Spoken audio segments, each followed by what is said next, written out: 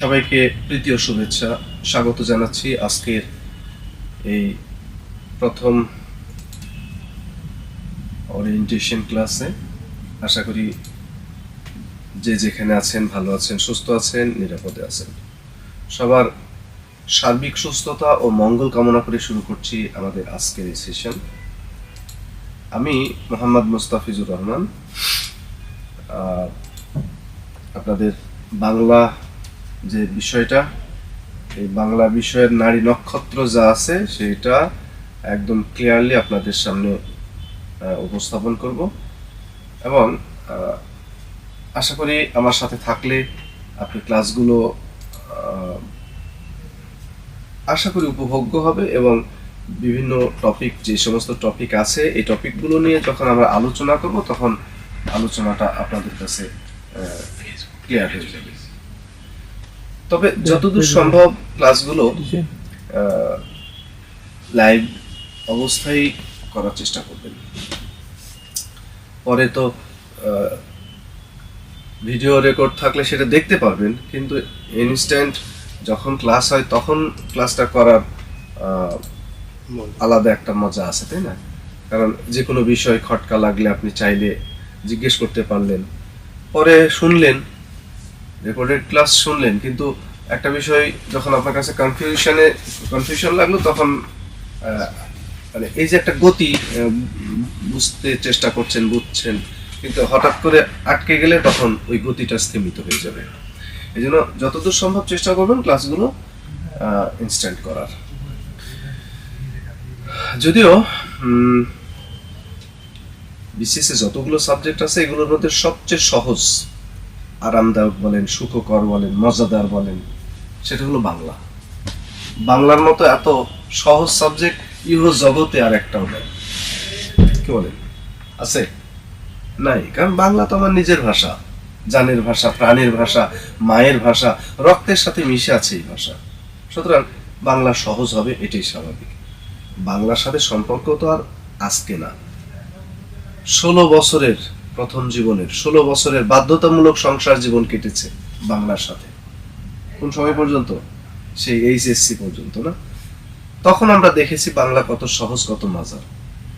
অনেকে তো বাংলা পড়েই না, পরীক্ষার আগের রাতে মূল বইটা এক নজর দেখে পরীক্ষার হলে যায়।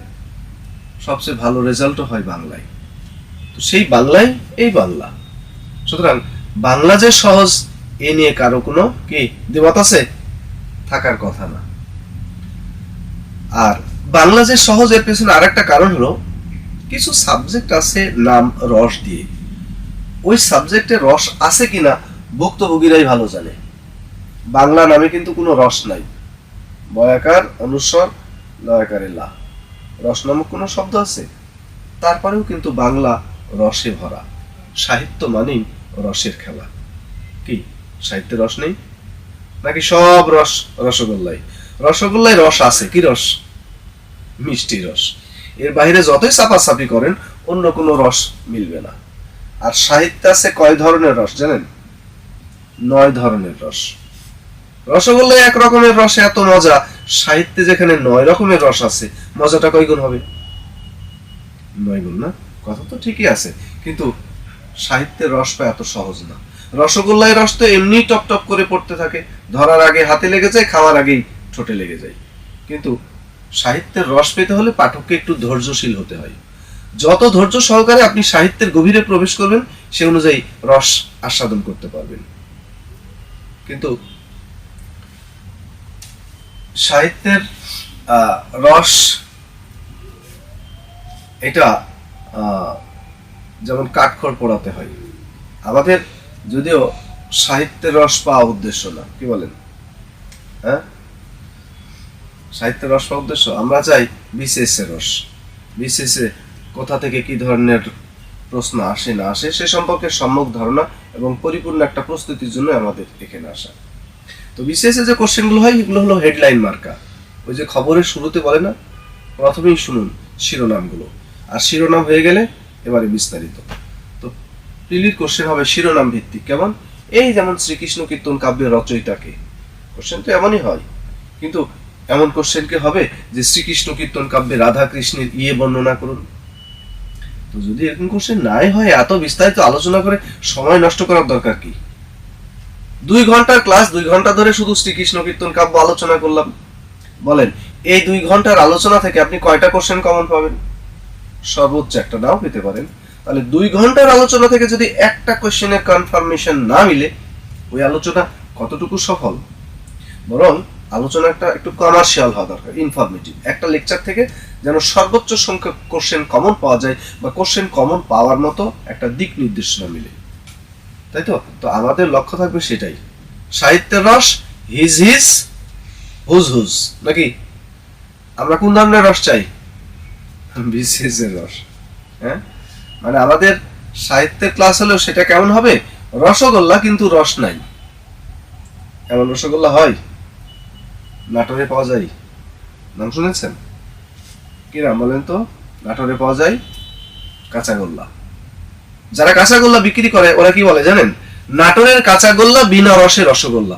রসগোল্লা কিন্তু রস গড়িয়ে গড়িয়ে পড়ে না। তাহলে রসগোল্লা নাম হলো কিভাবে? এটার উত্তর খুঁজছিলাম আমি অনেক দিন। অবশেষে এক হকারের কাছে এর উত্তর পেয়ে গেলাম। একদিন গাড়িতে উঠলাম, ওই গাড়িতে উঠেছে এক হকার। আর হকাররা তো যে যে পণ্য নিয়ে গাড়িতে উঠে, ওই পণ্যের গুণকীর্তন করতে করতে মুখ দিয়ে ফেনা বের করে দেয়। চকলেট বিক্রি করছে কাঁচাগোল্লা দিয়ে বানানো। কি বলছে? আপনারা আমার কাছে পাবেন নাটোরের কাঁচাগোল্লা চকলেট। একটা চকলেট মুখে দিয়ে চাবাবেন তো আপনার মুখের মধ্য দিয়ে নদী স্রোতের মতো রস প্রবাহিত হতে থাকবে। মানে রস আছে, কিন্তু পাওয়ার উপায় কি?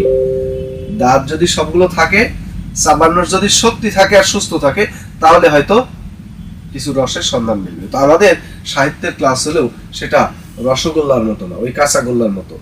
চোখ বন্ধ করে মুখ টিপে যদি কিছু রস পেলাম তো পেলাম, না পেলে কোনো আপত্তি নাই, কারণ আমাদের টার্গেট কোন রস? বিসিএস এর রস। তো বিসিএস এর রস পেতে হলে বিসিএস এর যে কোশ্চেন গুলো আসে, এগুলো সম্পর্কে আমাদের ক্লিয়ার একটা কনসেপ্ট থাকতে হবে। ঠিক আছে? তো আমি শুরুতেই আপনাদের কিছুটা ধারণা দিয়ে দিব। আপনারা যারা বিসিএস এর জন্য চেষ্টা করবেন, প্রথমে আপনাকে প্রথম কাজ যেটা করতে হবে, এটা বিসিএস এর জন্য না, যে কোনো কাজের জন্য, you have to make determination. আপনাকে কি করতে হবে? প্রথমে ইচ্ছা, আপনি চান কিনা, আসলে মনে প্রাণে চান কিনা। এই বিষয়গুলো আমরা যতটা সহজভাবে চিন্তা করি, বিষয়টা কিন্তু অত সহজ না। কারণ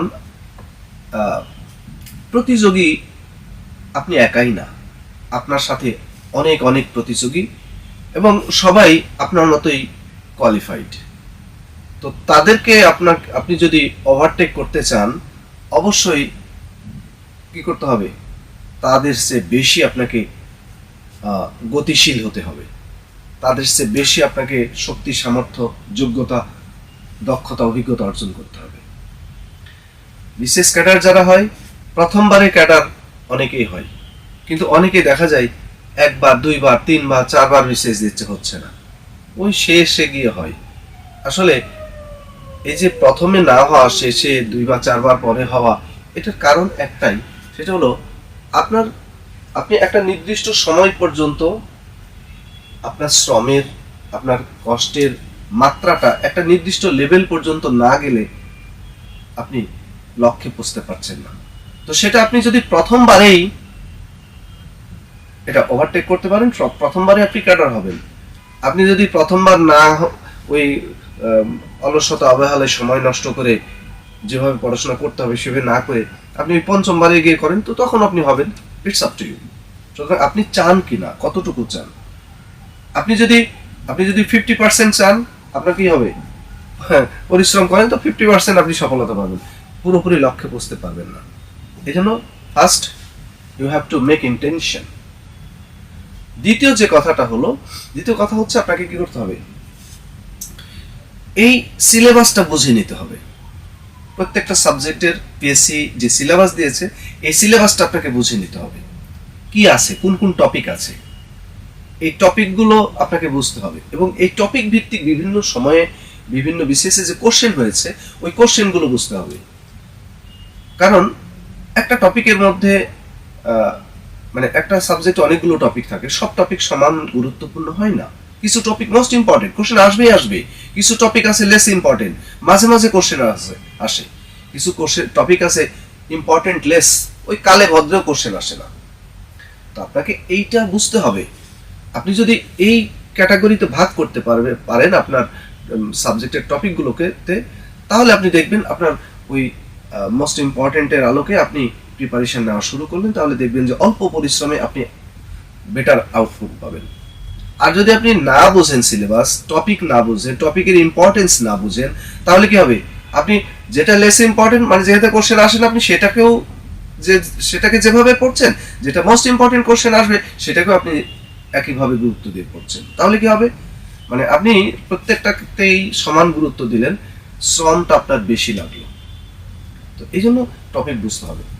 আর এটার জন্য আপনাকে যেটা করতে হবে, বিগত সালের অন্তত 35তম থেকে শুরু করে এই যে 50তম বিসিএস পর্যন্ত যে পরীক্ষাগুলো হয়েছে, এই পরীক্ষার কোশ্চেনগুলো আপনি অ্যানালাইসিস করবেন। একটা সাবজেক্টে সাপোজ 15টা টপিক আছে, আপনি 15টা টপিকের মধ্যে কোন টপিকটা মোস্ট ইম্পর্টেন্ট, হ্যাঁ, এই 15টা টপিকের মধ্যে কোনগুলো থেকে কোশ্চেন বারবার আসছে, কোনগুলো থেকে কোশ্চেন কম আসে, কোনগুলো থেকে আসেই না, এগুলো আপনি অ্যানালাইসিস করবেন। ঠিক আছে? তো এইভাবে আপনি বুঝে শুনে পড়াশোনা করলে দেখবেন অল্প পরিশ্রমে আপনি ভালো আউটপুট পাবেন। আর আরেকটা বিষয় হলো, আগের মতো বিসিএস এর এই যে ডিউরেশনটা আর নাই। আগে যেমন এই প্রিলি হবে, রিটেন হবে, ভাইবা হবে, তারপরে ইটস এ লং প্রসেস। একদম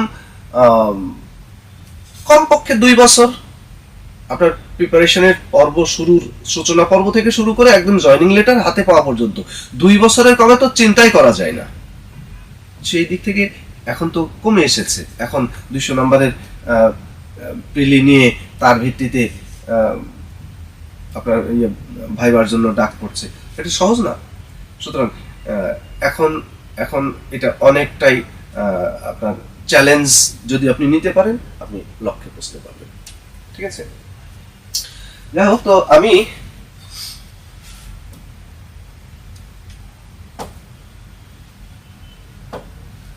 আজকে আপনাদের এই বাংলা বিষয়টা সম্পর্কে যে কোশ্চেনগুলো আসে সেগুলো সম্পর্কে আমি আপনাদেরকে ধারণা দেব। হ্যাঁ,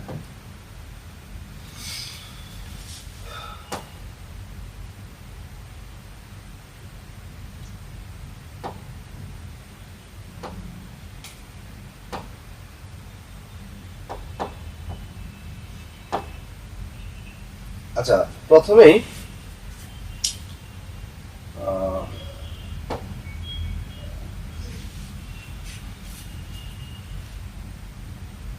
শুরুতে আমি একটু ধারণা দিই আমাদের সাবজেক্টের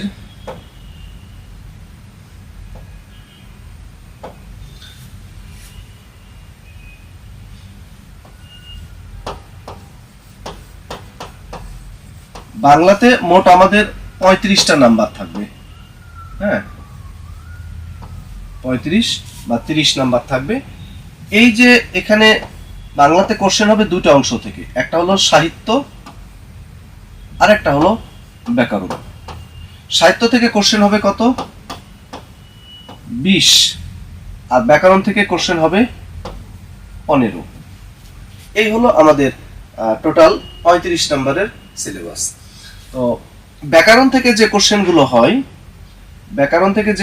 হয় এগুলোর মধ্যে কিছু মানে পিএসসি নির্দিষ্ট করে দিয়েছে। ব্যাকরণে অনেক টপিক আছে, প্রায় 36টার মতো চ্যাপ্টার আছে। এই 36টা চ্যাপ্টার থেকে কোশ্চেন মানে বিভিন্ন সময় হয়েছে, বাট আপনাদের জন্য এখন সিলেবাসকে কনসাইজ করা হয়েছে। এখানে অল্প কিছু টপিক উল্লেখ করা হয়েছে, যেমন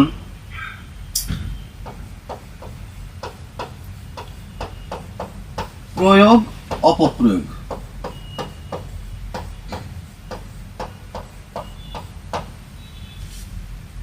তারপরে বানান শুদ্ধিকরণ,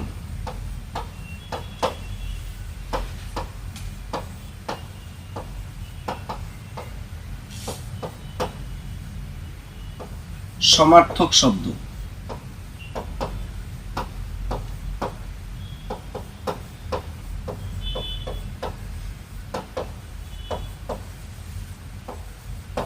বিপরীতার্থক শব্দ,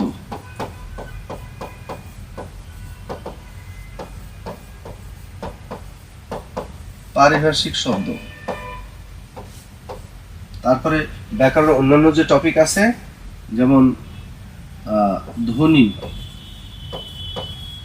বা বর্ণ, তারপরে শব্দ, তারপরে পদ, তারপরে বাক্য, তারপরে সন্ধি, এরপরে সমাস, তারপরে প্রত্যয়। এই হলো আমাদের ব্যাকরণের সিলেবাস। এই কয়েকটা টপিক থেকে 15টা কোশ্চেন পাবেন। তো এখানে এগুলো সম্পর্কে আমাদের ধারণা আছে। প্রয়োগ অপপ্রয়োগ আপনারা ইন্টারে পড়েছেন। হ্যাঁ, ইন্টারে আপনারা এইচএসসি লেভেলে এই প্রয়োগ অপপ্রয়োগ টপিকটা ছিল। আমরা যে কথা বলি যে বাক্য লিখি বা শুনি, অনেক কথা বলি, অনেক বাক্য লিখি, কিন্তু সেখানে দেখা যায় যে মানে ব্যাকরণ শুদ্ধ না হলেও প্রচলন আছে। বিরাট গরু ছাগলের হাট, এই যে কথাটা বললাম, বিরাট গরু ছাগলের হাট, তাহলে এখানে বিরাট শব্দটা ব্যবহার করা হয়েছে গরু ছাগলের আগে। হ্যাঁ, গরু ছাগলের আগে বিরাট কথাটা যে ব্যবহার করা হয়েছে, এটা কি বিরাট গরু ছাগল না বিরাট হাট? আমি হাটকে বোঝালাম বিরাট আর ব্যবহার করলাম গরুর আগে, তাহলে কে বিরাট হয়ে গেল? গরু ছাগল নিজেই বিরাট হয়ে গেল। কথা বুঝেছেন? এটা হলো অপপ্রয়োগ। তারপরে আমরা এই যে কথা বলি, আবহাওয়ার খবর হয়, আবহাওয়ার খবরে একটা কথা বলে থাকি, আজ বজ্রসহ বৃষ্টিপাতের সম্ভাবনা রয়েছে। আজ বজ্রসহ বৃষ্টিপাতের সম্ভাবনা রয়েছে, এই যে কথাটা বলেছি, এই বাক্যটা কি ঠিক আছে বলেন তো? আজ বজ্রসহ বৃষ্টিপাতের সম্ভাবনা রয়েছে, না, এই বাক্যটা ঠিক নাই। কারণ বজ্র বৃষ্টি এটা নেগেটিভ অর্থে ব্যবহার হয়। নেগেটিভ অর্থে সম্ভাবনা কথাটা, শব্দটা মানে যায় না। সম্ভাবনা কথাটা পজিটিভ অর্থে ব্যবহার করা হয়। যেমন আমি যদি বলি যে কি আসমাতুল্লাহর বিশেষ ক্যাডার হওয়ার আশঙ্কা রয়েছে, বাক্যটা কি ঠিক হলো? না, এখানে পজিটিভ অর্থে আশঙ্কা হবে না, সম্ভাবনা হবে, আর আশঙ্কা শব্দটা হবে নেগেটিভ অর্থে। তাহলে বজ্রসহ বৃষ্টিপাতের কি আশঙ্কা রয়েছে, অথচ আমরা যে কথাটা শুনে থাকি সম্ভাবনা রয়েছে। আবহাওয়ার খবর হলেই দেখবেন এই শব্দটা ব্যবহার করা, এগুলোই ভুল, এগুলোই অপপ্রয়োগ।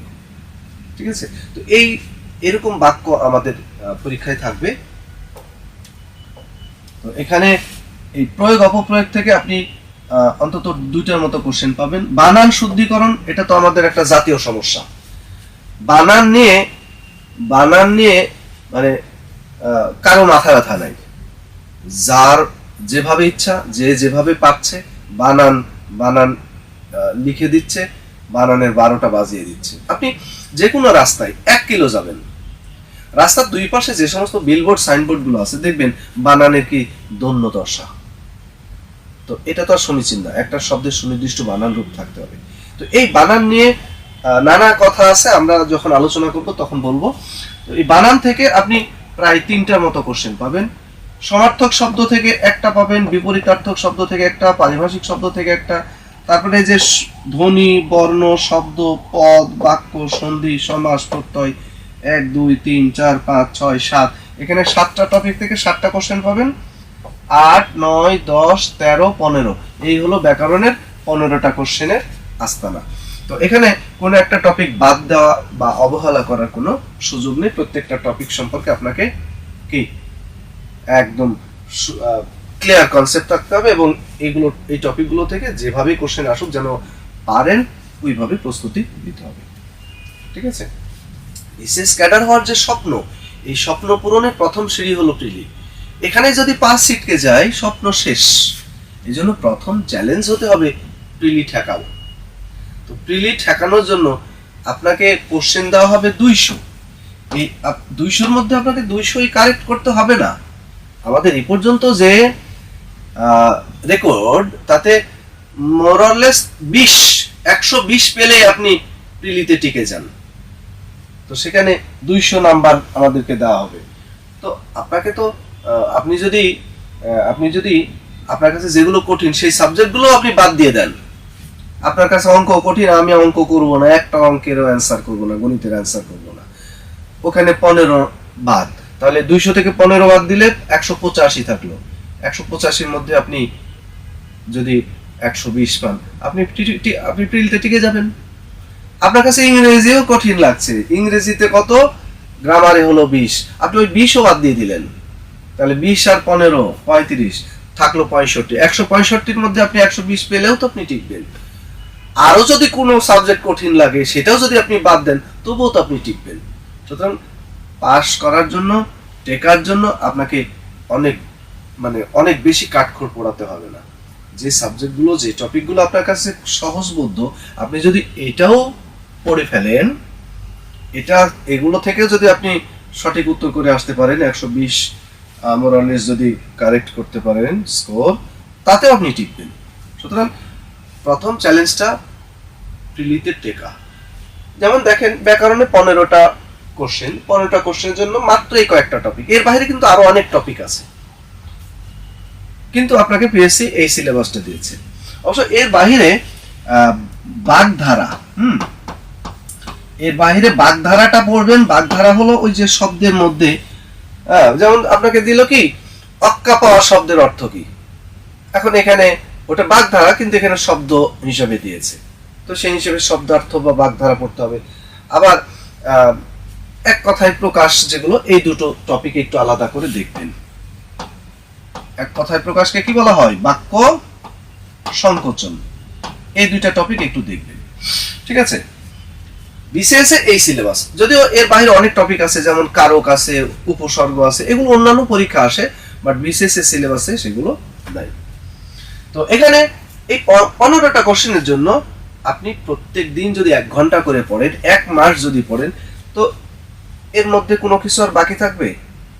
সুতরাং প্রিপারেশনটা আপনি ওইভাবে নেবেন এবং মাথায় রাখবেন যে যা পড়ছেন সেটা কাজের পড়া যেন হয়। হ্যাঁ, এবার আসেন সাহিত্য। বাংলা সাহিত্যের এখন তো ভরা যৌবন, না, যৌবন তো আর একদিনে আসে না। তো বাংলা সাহিত্যের এই যে যখন জন্ম হয়েছে তখন থেকে এখন পর্যন্ত পুরো সময়টাকে ভাগ করা হয়েছে। কয়টা ভাগ করা হয়েছে? প্রাচীন যুগ, মধ্যযুগ, আধুনিক যুগ, এই হলো তিনটা যুগে ভাগ করা হয়েছে। এবং এখানে যে 3টা যুগে ভাগ করা হয়েছে, 3টা যুগে যে সাহিত্য কর্মগুলো আছে বাংলা সাহিত্যের, প্রাচীন এবং মধ্যযুগ, এই দুইটা টপিক থেকে আপনি 5টার মতো কোশ্চেন পাবেন, ওই যে আমি যে আগে দেখালাম। আর আধুনিক যুগ থেকে আপনি 15টা কোশ্চেন পাবেন। প্রাচীন যুগের স্থিতিকাল, মধ্যযুগের স্থিতিকাল, অর্থাৎ প্রাচীন যুগ এই যে 650 থেকে শুরু করে 1800 পর্যন্ত, মধ্যযুগের শেষ পর্যন্ত, এই সময়ের মধ্যে আপনার কোশ্চেন থাকবে 5টা। এখন এই সময় কি কি কোশ্চেন থাকবে, কোন কোন টপিক থাকবে, এটা আমি একটু আপনাদেরকে ধারণা দিয়ে দিই। আচ্ছা, এখানে একটা বিষয় খেয়াল রাখবেন, এই যে প্রাচীন যুগ 650 থেকে বা 1200 বলা হয়েছে, আরেকটা অপশন আমরা মাথায় রাখবো, সেটা হলো 950 থেকে 1200। 950 থেকে 1200 এটা বলেছেন ডক্টর মোহাম্মদ শহীদুল্লাহ, আর ওটা বলেছেন ডক্টর সুনীতি কুমার চট্টোপাধ্যায়, ঠিক আছে। এখন আসেন, এই যে প্রাচীন যুগ, হ্যাঁ, আমাদের যুগ ভিত্তিক একটু সাহিত্য কর্মগুলো সম্পর্কে একটু ধারণা দিই আপনাদের। প্রাচীন যুগ যেটা কত বললাম, 650 থেকে 1200 বা 950 থেকে 1200, এই সময়ের মধ্যে আমাদের একটাই সাহিত্যিক নিদর্শন, কি বলেন তো? একটাই সাহিত্যিক নিদর্শন, সেটা হলো চর্যাপদ। এই চর্যাপদ ছাড়া আর কোনো লিখিত সাহিত্যিক নিদর্শন আমাদের হাতে ছিল না। অলিখিত অনেক সাহিত্য ছিল, যেমন ছিল আমাদের ডাক ও খনার বচন, যেমন ছিল ছড়া, যেমন ছিল রূপকথা, এগুলো অলিখিত সাহিত্যকর্ম। তো লিখিত সাহিত্যিক নিদর্শন একটাই হলো, সেটা হলো চর্যাপদ। তো এই চর্যাপদ সম্পর্কে আমাদের জানতে হবে। আমরা জাস্ট একটু, ওই যে আজকের ক্লাসটা মূলত হলো খবরের হেডলাইন। আপনাকে যুদ্ধ করার জন্য কি নিতে হবে? আগে ট্রেনিং নিতে হবে, যে খবরের আগে খবরের শিরোনাম বলে, আজকে শিরোনাম ভিত্তিক আলোচনা হবে আমাদের। তো তো এই প্রাচীন যুগে একটাই সাহিত্যকর্ম চর্যাপদ। এই চর্যাপদ সম্পর্কে আমাদের জানতে হবে। কি জানতে হবে? চর্যাপদ কি সেটা জানবো। চর্যাপদের ভাষা নিয়ে নানা বিতর্ক আছে।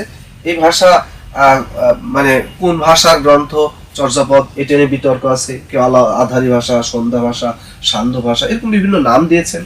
কিন্তু চর্যাপদ বাংলা ভাষার গ্রন্থ, সেটা কে বলেছেন, কোন গ্রন্থ বলেছেন, সেটা আমরা জানবো। তারপরে চর্যাপদ যারা লিখেছেন, চর্যাপদের যারা কবি, তাদেরকে বলা হয় পদকর্তা। এই চর্যাপদের পদকর্তা কতজন, এটা আমাদের জানতে হবে। এবং চর্যাপদ পদের যে সংখ্যা, চর্যাপদ কতটি, মানে পদ বা কবিতা, চর্যাপদে কতটা কবিতা আছে, সেটা সম্পর্কে নানা কথা আছে, এটা আমরা জানবো। চর্যাপদ কিন্তু লেখার পর থেকে আমাদের কাছে সংরক্ষিত ছিল না, এটা হারানো গিয়েছিল, উদ্ধার করা হয়েছে। তো যিনি চর্যাপদ উদ্ধার করেছেন বা আবিষ্কার করেছেন, এটা কে আবিষ্কার করেছেন, কত সালে আবিষ্কার করেছেন, কোথা থেকে আবিষ্কার করেছেন, তারপরে কি নামে চর্যাপদকে উদ্ধার করা হয়েছে, এই সম্পর্কে নানা কথা আছে, সেটা আমরা জানবো। এরপরে উদ্ধার করার পরে চর্যাপদের যে নামটা ছিল চর্য বিনিশ্চয়, সেই নামটাকে মডিফাই করে, সম্পাদনা করে, নতুন নাম দিয়ে নতুন বাংলা, আধুনিক বাংলা লিপিতে আমাদের সামনে উপস্থাপন করেছেন যিনি, তার সম্পর্কে জানবো। চর্যাপদের পরবর্তীতে আরো কিছু আমরা লেখা পেয়েছি, নতুন চর্যাপদ যেটা নামে পরিচিত, এই সম্পর্কে আমাদের বিস্তারিত আলোচনা হবে। আমাদের এগুলোর পুরো আলোচনা নিয়ে আমাদের একটা ক্লাসই হয়ে যাবে, ঠিক আছে? এই হলো প্রাচীন যুগের সাহিত্যকর্ম চর্যাপদ। তো চর্যাপদ এটা হলো আমাদের লিখিত সাহিত্যকর্ম প্রাচীন যুগের।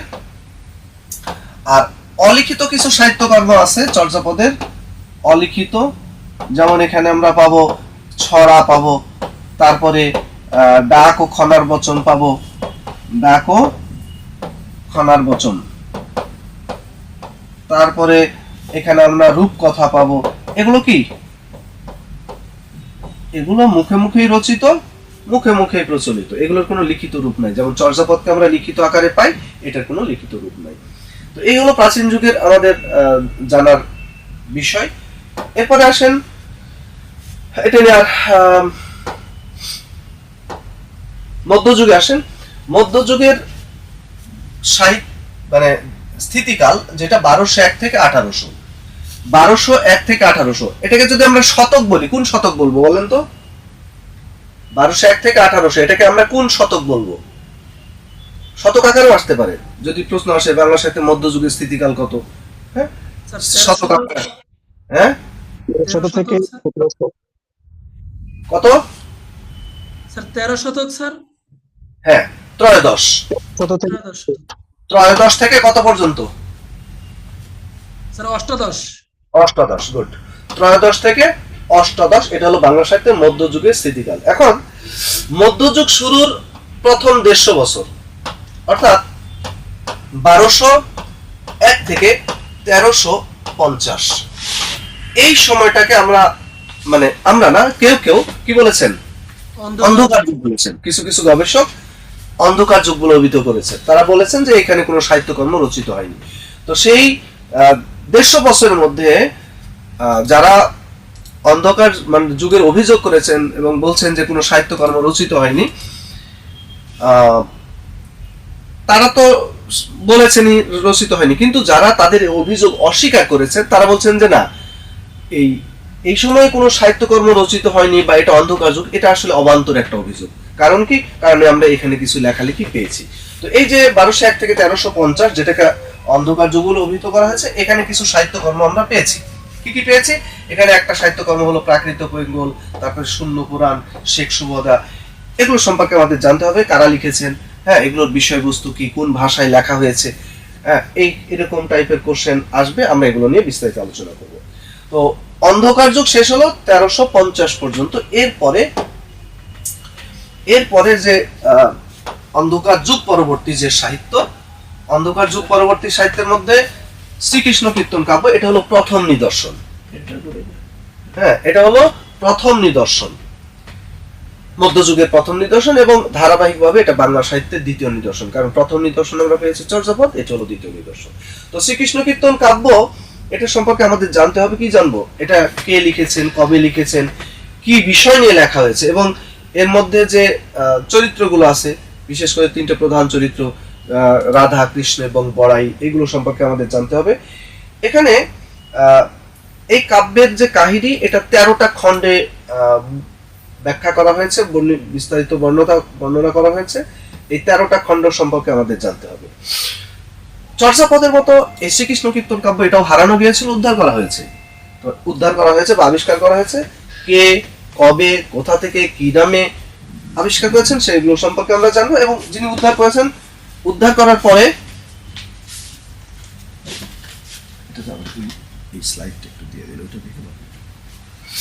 হ্যাঁ, উদ্ধার করার পরে ওটাও কিন্তু চর্যাপদের চেয়ে একটু মানে কয়েক বছর, অল্প কয়েক বছর, কয়েকশো বছরের ব্যবধান, কিন্তু ওটাও এমন যে আপনি পড়ে বুঝবেন না। তো এটা যিনি উদ্ধার করেছেন, তিনি এটার উপরে অনেক বছর, প্রায় 7 বছর ধরে ঘষামাজা করে আধুনিক বাংলা লিপিতে সহজবোধ্য করে আমাদের সামনে উপস্থাপন করেছেন। তো কে, কবে, কোথা থেকে এটা প্রকাশ করেছেন, এটা আমাদের জানতে হবে। এরপরে আমরা জানবো মধ্যযুগের পরবর্তী যে টপিক পাবো আমরা, সেটা হলো বৈষ্ণব সাহিত্য। এই বৈষ্ণব সাহিত্যটা কি? বৈষ্ণব সাহিত্য, এই যে শ্রী চৈতন্য দেব যে বৈষ্ণব ধর্ম প্রবর্তন করেছিলেন, সেই বৈষ্ণব ধর্ম পরবর্তী রাধাকৃষ্ণের প্রেমলীলার সাথে শ্রী চৈতন্য দেবের জীবনকে একত্র করে যেসব কাহিনী কাব্য রচিত হয়েছিল, সেটা ছিল বৈষ্ণব সাহিত্য। তো এই বৈষ্ণব সাহিত্য সম্পর্কে আমরা জানবো। এটার অংশ, বৈষ্ণব সাহিত্যের যে 3টা অংশ আছে, একটা হলো পদাবলী, হ্যাঁ, তারপরে আর একটা হলো জীবনী কাব্য, যেটাকে কর্চা বলে, আর একটা হলো বৈষ্ণব শাস্ত্র, যেটা নিয়ে আমাদের দরকার নাই। কিন্তু এই বৈষ্ণব পদাবলী এবং জীবনী কাব্য, এগুলো সম্পর্কে আমাদের আলোচনা থাকবে। বৈষ্ণব পদাবলী বিশেষ করে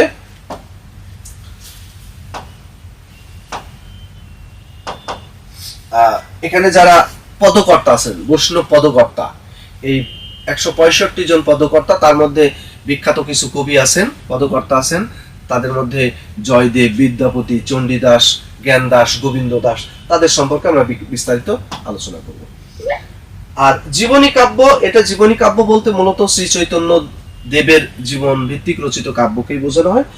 তাকে নিয়ে যে সমস্ত জীবনী কাব্য রচিত হয়েছে, সেটার সম্পর্কে আমাদের জানতে হবে। আগের উত্তরগুলো বললে ভালো হয়। আগের কোন উত্তর? উত্তর তো আমি বলছি না, জাস্ট একটু ধারণা দিচ্ছি।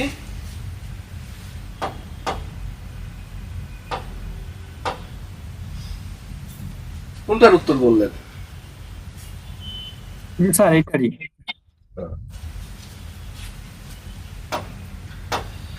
আচ্ছা, তারপরে মঙ্গল কাব্য। মঙ্গল কাব্য হলো মূলত মধ্যযুগে, মধ্যযুগে 15 শতকের দিকে এদেশে যখন মুসলিম শাসনের সূচনা হয়েছিল, সেই সময় যারা হিন্দু কবি সাহিত্যিক, তারা মুসলিম শাসনের যে মানে বিস্তৃতি, এই বিস্তৃতি এবং নিম্নবর্ণের হিন্দুরা যখন ইসলামে দীক্ষিত হচ্ছিল, হিন্দু ধর্মে একটা ভাঙ্গন সৃষ্টি হয়েছিল। সেই ভাঙ্গনকে রোধ করার জন্য শ্রী চৈতন্যদেব, তিনি তো ওই যে বৈষ্ণব ধর্ম প্রবর্তন করলেন। সেই সময় হিন্দু ধর্মের যারা হর্তাকর্তা, তারা এই সময় তো তখন মানে এই বাংলা ছিল বন জঙ্গলে ভরা, সাপের উপদ্রব ছিল, বিভিন্ন ধরনের সমস্যায় তারা জর্জরিত হচ্ছিল। সেই সময় এক একজনকে এক একটা দেবতা বা দেবী হিসেবে তারা উপস্থাপন করেছেন। যেমন সাপের উপদ্রব, তো এই সাপের উপদ্রব থেকে বাঁচার জন্য তারা একটা দেবীর কল্পনা করে, তার নাম হলো মনসা দেবী। এই মনসা দেবীর পূজা করে। মনসা দেবীর পূজা কে কেন্দ্র করে যে কাব্য রচিত হয়েছে, সেটা হলো মনসা মঙ্গল কাব্য। এরকম এটা হলো মূলত একটা নির্দিষ্ট ধর্মের কাহিনী অবলম্বনে এই মঙ্গল কাব্যের সৃষ্টি হয়েছে। মঙ্গল কাব্যের এই যে তারা যেভাবে রচনা করেছেন, এর ভেতর আমরা কতগুলো অংশ পাবো, 5টা অংশ পাই মঙ্গল কাব্য, সার্থক মঙ্গল কাব্যের। এর মধ্যে প্রথমে বন্দনা, আত্মপরিচয়, তারপরে দেবখণ্ড, মর্তখণ্ড, শ্রুতিফল, এই জাতীয় আছে, এগুলো বিস্তারিত আলোচনা করব। তো মঙ্গল কাব্যের ধারা নিয়ে আমাদের আলোচনা হবে। এখানে 2টো ধারা আছে, একটা লৌকিক মঙ্গল কাব্য আছে, আর একটা হলো পৌরাণিক মঙ্গল কাব্য আছে। তো এই লৌকিক এবং পৌরাণিক, লৌকিক মঙ্গল কাব্য হলো সাধারণ মানুষের মুখে মুখে রচিত প্রচলিত যে কাব্য, সেটা লৌকিক মঙ্গল কাব্য। আর পুরাণ ধর্মগ্রন্থ ভিত্তিক যে সমস্ত কাহিনী অবলম্বনে মঙ্গল কাব্য রচিত হয়েছে সেটা হলো পৌরাণিক মঙ্গল কাব্য। তো লৌকিক মঙ্গল কাব্যের মধ্যে নানা ধরনের মঙ্গল কাব্য আছে। এর মধ্যে আছে মনসা মঙ্গল, চণ্ডী মঙ্গল, ধর্মমঙ্গল, কালিকা মঙ্গল, হ্যাঁ, শারদা মঙ্গল। আবার পৌরাণিক মঙ্গল কাব্যের মধ্যে আছে অন্নদা মঙ্গল, গৌরী মঙ্গল, গঙ্গা মঙ্গল, তারপরে হলো ভবানী মঙ্গল, দুর্গা মঙ্গল, এই টাইপের মঙ্গল কাব্যগুলো আছে। এর মধ্যে আমাদের প্রধান যে মঙ্গল কাব্য, বিশেষ করে মনসা মঙ্গল, চণ্ডী মঙ্গল এবং অন্নদা মঙ্গল, এগুলো সম্পর্কে আমরা বিস্তারিত জানব। এরপরে আসেন প্রধান যে তিনটা মঙ্গল কাব্য বললাম, একটা হলো মনসা মঙ্গল, চণ্ডী মঙ্গল, অন্নদা মঙ্গল, এই তিনটা হলো প্রধান মঙ্গল কাব্য। দুই ধরনের তো মঙ্গল কাব্য, দুইটা শাখা থেকে এই দুটো হলো আপনার লৌকিক মঙ্গল কাব্য, আর এটা হলো পৌরাণিক মঙ্গল কাব্য। সাধারণত আমাদের এই তিনটা থেকে কোশ্চেন আসছে, তারপরেও আমরা এই তিনটার পাশাপাশি আরো দুই একটা নিয়ে আলোচনা করব। ওকে, এবারে আসেন অনুবাদ কাব্য। অনুবাদ কাব্যটা মূলত হলো আমাদের এই বাংলায় যখন মুসলিম শাসনের সূচনা হলো, মুসলিম শাসনের সূচনা লগ্নে যারা শাসক ছিলেন তাদের রাজসভায় যেমন মুসলিম কবি ছিলেন, হিন্দু কবিও ছিলেন। যারা হিন্দু কবি ছিলেন তারা তাদের ধর্মগ্রন্থগুলোকে বাংলায় অনুবাদ করেন। আমাদের মানে শাসকরাই তখন এটা পৃষ্ঠপোষকতা করেছিলেন। আগে যেমন সেন শাসন ছিল, তখন হিন্দু ধর্মের এই ধর্মগ্রন্থগুলো শুধু ব্রাহ্মণরা পড়তো, কিন্তু মুসলিম শাসকদের সময়ে এটা মানে হিন্দু কবি যারা ছিলেন তাদেরকে এগুলোকে অনুবাদ করতে উৎসাহিত করলেন, এবং অনুবাদ করার পর এটা সবার জন্য পড়া ওপেন করে দিয়েছিলেন। তো এই হিন্দু কবিগণ যেমন তাদের ধর্মগ্রন্থ অনুবাদ করেছেন, মুসলিম কবি যারা ছিলেন তারা রোমান্টিক ধারার যে সমস্ত প্রণয় কাব্য সেগুলো তারা রচনা করেছেন। তো এই 15 শতকে এই কাব্যের রচনাকাল। আর ভাষা ভিত্তিক এখানে আমরা দেখব যেমন হিন্দি ভাষা থেকে, যেমন এখানে সংস্কৃত ভাষা থেকে, তারপরে এখানে ফার্সি ভাষা থেকে, তারপরে এখানে আরবি ভাষা থেকে, এইরকম বিভিন্ন ভাষার বিখ্যাত গ্রন্থগুলো কি হয়েছে, বাংলায় অনুবাদ হয়েছে। এই অনুদিত গ্রন্থগুলো কারা অনুবাদ করেছেন, কোন গ্রন্থ থেকে অনুবাদ করেছেন, এবং আগের নামটা কি ছিল, পরে কি নামে অনুবাদ করলেন, এবং এই সমস্ত অনুবাদ কাব্যের কিছু কিছু ক্ষেত্রে বিভিন্ন কাহিনীর চরিত্র আমাদের জানতে হবে। আচ্ছা, এরপরে আসেন লোকসাহিত্য। নামের মধ্যে তো আমরা পাই লোকসাহিত্য হলো লোকের মুখে মুখে রচিত ও প্রচলিত যেসব সাহিত্য, সেটাই মূলত লোকসাহিত্য। তো এই লোকসাহিত্যের মধ্যে বিভিন্ন ধরনের কি আছে, মানে দুইটা শাখা আমরা পাই এখানে। একটা হলো সাধারণ লোকসাহিত্য, আর একটা হলো তাত্ত্বিক লোকসাহিত্য। মানে সাধারণ লোকসাহিত্য গুলোর মধ্যে যেগুলো শাব্দিক অর্থটাই অর্থ, মানে এটার অর্থ খুঁজতে আমাদের গভীরে যেতে হবে না, যা বলে সেটাই অর্থ। আর কিছু আছে শাব্দিক অর্থের সাথে অন্তর্নিহিত অর্থের মূল অর্থের কোনো মিল থাকে না, সেটা হলো তাত্ত্বিক লোকসাহিত্য। তো এই দুই ধরনের লোকসাহিত্য আমরা দেখব, এবং এই দুই ধরনের লোকসাহিত্যের মধ্যে বিভিন্ন ধরন আছে, সেগুলো সম্পর্কে জানবো। হ্যাঁ, এরপরে লোকসাহিত্যের মধ্যে নানা উপাদান আছে। এর মধ্যে আছে ছড়া, আছে ধাঁধা, তারপরে গীতিকা, কথা, হ্যাঁ, তারপরে লোকগীতি, প্রবাদ প্রবচন, এই বিভিন্ন ধরনের উপাদান আছে। এগুলো সম্পর্কে আমাদের বিস্তারিত জানতে হবে। এরপরে আসেন নাচ সাহিত্য, মরসিয়া সাহিত্য। নাচ সাহিত্য আলাদা, আবার মরসিয়া সাহিত্য আলাদা। নাচ সাহিত্য এটা মূলত তাঁতি শ্রেণীর যারা বৌদ্ধ আর শিব উপাসক যারা যোগী, এই দুই ধর্মের সমন্বয়ে নাথ ধর্মের সৃষ্টি হয়েছে, আর নাথ ধর্মের কাহিনী অবলম্বনে নাচ সাহিত্যের সৃষ্টি হয়েছে। তো এটা সম্পর্কে আমাদের জানতে হবে। মরসিয়া সাহিত্য সৃষ্টি হয়েছে মূলত, মরসিয়া শব্দের অর্থ হলো শোক। তো এই মরসিয়া সাহিত্যের সৃষ্টি হয়েছে কারবালা প্রান্তরে ইমাম হুসাইন রাদিয়াল্লাহু তাআলা যে শাহাদাত বরণ, সেটাকে কেন্দ্র করে পরবর্তীতে যে সাহিত্যগুলো রচিত হয়েছে ওইগুলো মরসিয়া সাহিত্য নামে পরিচিত। এরপরে আমরা জানবো অবক্ষয়ের যুগ। অবক্ষয়ের যুগ আমরা যেমনটা বললাম যে 1201 থেকে 1800, এটা হলো মধ্যযুগ, তাই তো। আর 1801 থেকে আধুনিক যুগ। এই যে মধ্যযুগের শেষ আর আধুনিক যুগের শুরু, অর্থাৎ 1761 থেকে 1860, এই সময়টাকে বলা হয় অবক্ষয়ের যুগ। অর্থাৎ এই সময় তো ব্রিটিশ শাসনের সূচনা হলো না, ব্রিটিশ শাসকরা আসলো, নতুন নতুন ধনিক শ্রেণীরা আসলো, তারা কি করলো, প্রচলিত যে সাহিত্য যেগুলো মধ্যযুগে ছিল ধর্ম দেবদেবী নির্ভর, সেই সাহিত্যের পরিবর্তে নতুন ধারার সাহিত্য তারা প্রত্যাশা করলেন। তখন হিন্দু কবিও ছিলেন, মুসলিম কবিও ছিলেন। যারা হিন্দু কবি তারা রচনা করলেন কবি গান, আর মুসলিম কবি যারা তারা রচনা করলেন পুঁথি সাহিত্য। তো এই কবি গান এবং পুঁথি সাহিত্য, কবি গান ছিল মূলত এক ধরনের মানে কি, এটা হলো প্রতিযোগিতামূলক। দুইটা পক্ষ থাকে, দুই পক্ষের মধ্যে, দুইটা দলের মধ্যে কবিতায় বিতর্ক, তাৎক্ষণিকভাবে মানে কোনো বিষয়বস্তু নির্ধারণ করে বিতর্ক প্রতিযোগিতার মাধ্যমে এই গান অনুষ্ঠিত হয়, এবং এটা পুরোটাই কবিতায়। আর পুঁথি সাহিত্য হলো মূলত আমাদের মধ্যযুগে যে সমস্ত বীর সেনানী ছিলেন, যারা যারা বীর সৈনিক ছিলেন, তাদের তাদের বীরত্ব গাথা, এগুলো মূলত আরবি, ফার্সি, হিন্দি, তুর্কি, বাংলা এই ভাষাগুলোর সমন্বয়ে ইসলামের ইতিহাস ঐতিহ্য সম্পর্কিত যে সমস্ত সাহিত্য রচিত হয়েছে সেটাই মূলত পুঁথি সাহিত্য। তো এই কবি গান এবং পুঁথি সাহিত্যের যারা কবি আছেন, যারা লেখক আছেন, তাদের সম্পর্কে আমাদের জানতে হবে। তো এই হলো আমাদের মধ্যযুগের সাহিত্য গেল। এরপরে আমরা জানবো আধুনিক যুগ। আধুনিক যুগে তাহলে আমি কি বললাম, মধ্যযুগ এবং প্রাচীন যুগ, যে টপিকগুলো দেখালাম আপনাদের এগুলো স্লাইড থাকবে, এগুলো একটু দেখে নেবেন। আমি বিস্তারিত পরবর্তীতে যখন আলোচনা করবো এক একটা টপিক ধরে, তখন আপনাদের জন্য সুবিধা হবে। মাথায় একটু রাখবেন যে প্রাচীন যুগে কি বললাম, মধ্যযুগে কি কি বলেছি। তারপরে প্রাচীন মধ্যযুগ থেকে এই যে 5টা কোশ্চেন থাকবে, প্রাচীন যুগে একটা, মধ্যযুগে 4টা, অথবা প্রাচীন যুগে যদি একটা বেশি দেয়, 2টো দেয়, মধ্যযুগ থেকে 3টে, এভারেজ 5টা কোশ্চেন পাবেন। আর আধুনিক যুগ থেকে আমাদের কোশ্চেন হবে 15টা। তো আধুনিক যুগের শুরু হলো 1801 থেকে, এবং এটা আজ পর্যন্ত। এই আধুনিক যুগ যে শুরু হলো, এটা আধুনিক যুগটা শুরু হয়েছে মূলত গদ্য দিয়ে। কি দিয়ে? গদ্য দিয়ে। এই আধুনিক যুগ হলো গদ্য সাহিত্যের বিকাশের যুগ বলা হয়।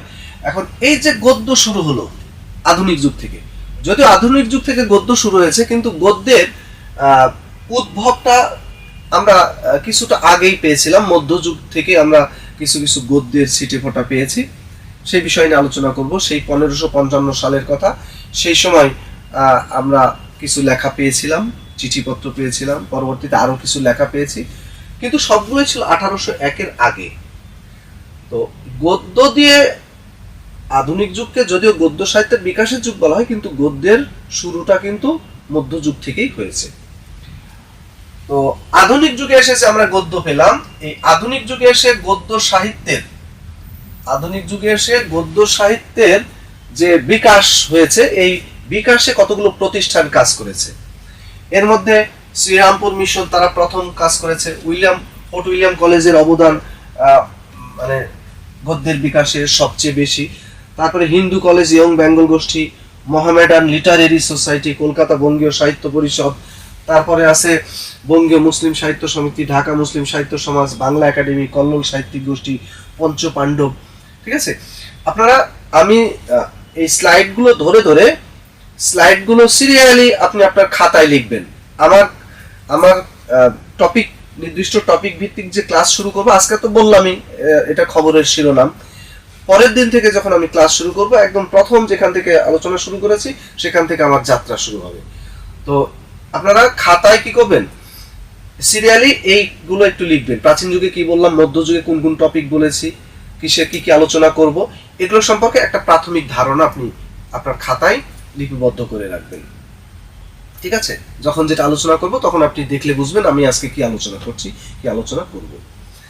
তো এই যে বিভিন্ন প্রতিষ্ঠান, এই প্রতিষ্ঠানের নামগুলো আপনি খাতায় লিখে রাখবেন, আমাকে যেন নতুন করে আবার খাতায় না লিখতে হয়। হ্যাঁ,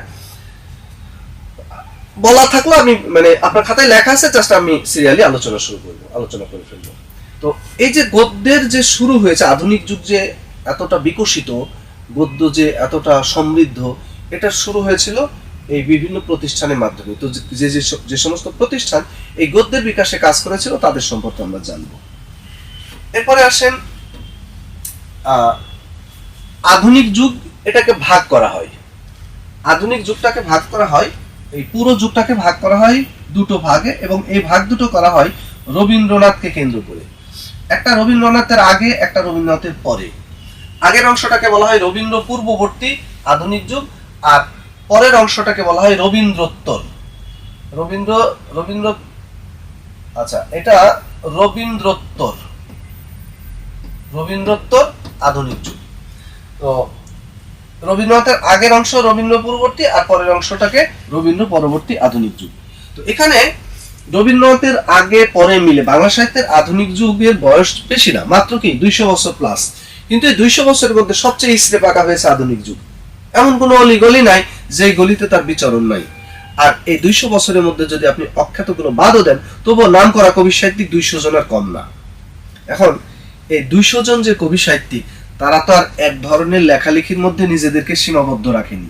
যিনি যতগুলো শাখায় পেরেছেন বিচরণ করার চেষ্টা করেছেন। আর একটা শাখায় একজন একটা লিখে ক্ষান্ত হয়েছেন তা তো না। রবীন্দ্রনাথ ছোট গল্প লিখেছেন কয়টা? 119টা ছোট গল্প লিখেছেন। বাংলা সাহিত্যের ছোট গল্পকার নাই। শামসুর রহমান কবিতার বই লিখেছেন কয়টা? 65। তো একজন লেখক একটা টপিকের উপরে যদি এত লেখালেখি করে, তো বাংলা সাহিত্যে কত লেখক আর কত লেখালেখি আছে, এই সব যদি আপনি হেড অফিসে জমা করতে চান, কি হবে? হেড অফিসে গোলমাল লেগে যাবে। তো সেক্ষেত্রে আপনাকে কি করতে হবে? এখান থেকে বাছাই করতে হবে। তো আপনি চেনেন, জানেন, আপনার সাথে পরিচয় আছে এমন কবি সাহিত্যিক বাংলা সাহিত্যে কতজন হবে বলেন তো দেখি আপনাদের আইডিয়াটা। আপনি যাদের লেখাজোকা পড়েছেন বা যাদের সম্পর্কে আপনি জানেন, এরকম কবি সাহিত্যিক কতজন হবে বলেন? স্যার 30-35 জনের মতন হয়। আরে 30-35 জন তো আপনি একটা ক্লাসেই পড়েছেন। গদ্য পদ্য মিলেই তো 30-35 জন পড়েছেন। 200 জন আর কম না। কথা বুঝলাম? এই 200 জন কবি সাহিত্যিক পড়ে তাদের লেখালেখি হজম করা কাজটা কি সহজ? এটা বদহজম হওয়ার সম্ভাবনা আছে। তো সেক্ষেত্রে আমি টেনশনে কিছু নাই, আমি আপনাদের এই 200 জন কবি সাহিত্যিক থেকে একটু বাছাই করে দিই, কিছু কবি সাহিত্যিকের নাম বাছাই করে দিব। সেক্ষেত্রে রবীন্দ্র পূর্ববর্তী কারা, রবীন্দ্র পরবর্তী কারা, এই নিয়ে একটু ধারণা দিয়ে দিই আপনাদের। রবীন্দ্র পূর্ববর্তী আধুনিক যুগ, যেটা রবীন্দ্রনাথের আগ পর্যন্ত যে সমস্ত কবি উল্লেখযোগ্য কবি সাহিত্যিক ছিলেন, তাদের মধ্যে আমি কয়েকটা নাম দিয়েছি। এই নামগুলো আপনারা পরে খাতায় লিখে নেবেন। ঈশ্বরচন্দ্র গুপ্ত, বিদ্যাসাগর, মাইকেল, দীনবন্ধু মিত্র, বঙ্কিম, মীর মোশাররফ, কায়কোবাদ, বিহারীলাল। বাংলা সাহিত্যের মানে রবীন্দ্র পূর্ববর্তী যে আধুনিক যুগ, এখানে কবি সাহিত্যিক 50-এর কম না। আমি 50 জন থেকে আপনাদের মাত্র 8 জন কবি সাহিত্যিককে বাছাই করে দিয়েছি, এবং এই 8 জন কবি সাহিত্যিকই মূলত আমাদের এই মানে বাংলা সাহিত্যের এই যে বিশাল অট্টালিকা, এই বিশাল অট্টালিকার ফাউন্ডেশন হলেন এই 8 জন কবি সাহিত্যিক। কেন? কারণ তারা এক একজন এক একটা শাখাকে সার্থকভাবে আমাদের সামনে উপস্থাপন করেছেন। আমরা বাংলা সাহিত্যের প্রাচীন মধ্যযুগে কবিতা পেয়েছি, তাই না? কিন্তু কবিতাকে আধুনিকায়ন করেছেন যিনি প্রথম, তিনি হলেন ঈশ্বরচন্দ্র গুপ্ত। প্রাচীন মধ্যযুগের কবিতা কি ছিল? প্রাচীন যুগের কবিতা ছিল ওই যে বৌদ্ধ ধর্মের বিষয়বস্তু নিয়ে। মধ্যযুগের কবিতা ছিল ধর্ম দেবদেবী নির্ভর। বাট আধুনিক যুগে এসে আধুনিক বিষয় নিয়ে তিনি কবিতা লিখেছেন ঈশ্বরচন্দ্র গুপ্ত। এজন্য তাকে বলা হয় আধুনিক যুগের প্রথম কবি। তারপরে ঈশ্বরচন্দ্র বিদ্যাসাগর, উনি আজকে যে এই বাংলা আধুনিক যুগের সাহিত্য মূলত গদ্য সাহিত্য, আর এই গদ্যের যে মানে মৌলিক রূপ, গদ্যকে যে বিকশিত করেছেন, প্রথম মৌলিক রূপ দান করেছেন ঈশ্বরচন্দ্র বিদ্যাসাগর। এই জন্য তাকে কি বলা হয়? বাংলা গদ্যের জনক। এবং তিনি প্রথম সুনির্দিষ্টভাবে দাড়ি, কমা, সেমিকলন, এই জ্যোতিচিহ্ন বা বিরাম চিহ্নের ব্যবহার করেছেন। এই জন্য তাকে বিরাম চিহ্নের প্রবর্তক বলা হয়ে থাকে। মাইকেল মধুসূদন দত্ত, তিনি বাংলা সাহিত্যে বেশি না, মাত্র 6 বছরের সাহিত্যিক জীবন, কিন্তু তিনি 6 বছরে যা কিছু দিয়েছেন আমাদের সেটা বিরল। তিনি বাংলা নাটকে হাত দিয়েছেন। প্রথম বাংলা সাহিত্যে প্রথম সার্থক নাটক আমরা পেয়েছি মাইকেলের কাছে, সার্থক ট্র্যাজেডি নাটক, সেটাও তিনি রচনা করেছেন। তারপরে তিনি বাংলা কবিতায় হাত দিয়েছেন। বাংলা কবিতায় নতুনত্বের ছড়াছড়ি। বাংলা কবিতার মধ্যে তিনি সনেট এনেছেন, অমিত্রাক্ষর ছন্দ এনেছেন, পত্রকাব্য এনেছেন, মহাকাব্য এনেছেন। বাংলা কবিতা হয়েছে আধুনিক, আর তিনি হয়ে উঠেছেন বাংলা আধুনিক কবিতার জনক। তো অনেকগুলো শাখার প্রতিনিধি হিসেবে মাইকেল ইম্পর্টেন্ট। দীনবন্ধু মিত্র, যিনি বাস্তবধর্মী, বাস্তব বিষয় নিয়ে প্রথম নাটক রচনা করেছেন। বাংলাদেশের আর্থসামাজিক এবং রাজনৈতিক বিষয় নিয়ে প্রথম নাটক লিখেছেন। কোনটা? নীলদর্পণ। তারপরে বঙ্কিমচন্দ্র, তিনি বাংলা সাহিত্যে আধুনিক যুগে এই যে উপন্যাস আমরা পেয়েছি, প্রথম সার্থক উপন্যাস তিনি রচনা করেছেন। এই জন্য তাকে কি বলা হয়? প্রথম সার্থক উপন্যাসিক এবং বাংলা উপন্যাসের জনক বলা হয়। মীর মশাররফ হোসেনকে পেয়েছি আমরা আধুনিক যুগে প্রথম উল্লেখযোগ্য মুসলিম সাহিত্যিক, যিনি প্রথম মুসলিম নাট্যকার, প্রথম মুসলিম ঔপন্যাসিক হিসেবে পরিচিত। এরপরে কায়কোবাদ, আমরা প্রথম মহাকাব্য পেয়েছি মাইকেলের কাছে, কিন্তু মুসলমান হিসেবে প্রথম মহাকাব্য লিখেছেন কায়কোবাদ, প্রথম মুসলিম মহাকবি হিসেবে তিনি পরিচিত। বিহারীলাল চক্রবর্তী, আমরা গীতি কবিতা পেয়েছি, যদিও প্রাচীন মধ্যযুগের সাহিত্যগুলোকেও গীতি কাব্য বলা হয়ে থাকে, কিন্তু গীতি কবিতার যে ধারণা, এই গীতি কবিতার আধুনিক যে ধারণা, সেটা আমরা পেয়েছি বিহারীলাল চক্রবর্তীর কাছে। এই জন্য বিহারীলাল চক্রবর্তীকে কি বলা হয়? বাংলা আধুনিক গীতি কবিতার জনক। এবং তিনি ভোরের পাখি হিসেবে পরিচিত, রবীন্দ্রনাথের কাব্যগুরু হিসেবে পরিচিত।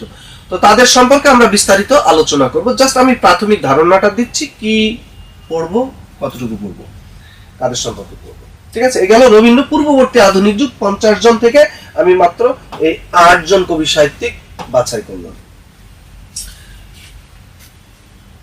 এরপরে আসেন রবীন্দ্র যুগ। রবীন্দ্র যুগটা মূলত রবীন্দ্রনাথ ও তার সমসাময়িক না, এই বানানটা সমসাময়িক হবে, সমসাময়িক কবি সাহিত্যিকগণ। ঠিক আছে, তো এখানে রবীন্দ্র যুগ মানে কি? রবীন্দ্রনাথ এবং তার সমকালীন, তার সাহচর্য সংস্পর্শ পেয়েছেন যারা, এরকম কবি সাহিত্যিক যারা ছিলেন, সেটাকে আমি রবীন্দ্র যুগ বলছি। তো এখানে রবীন্দ্রনাথ, দ্বিজেন্দ্রলাল রায়, যাকে সংক্ষেপে কি বলা হয়? DL রয়।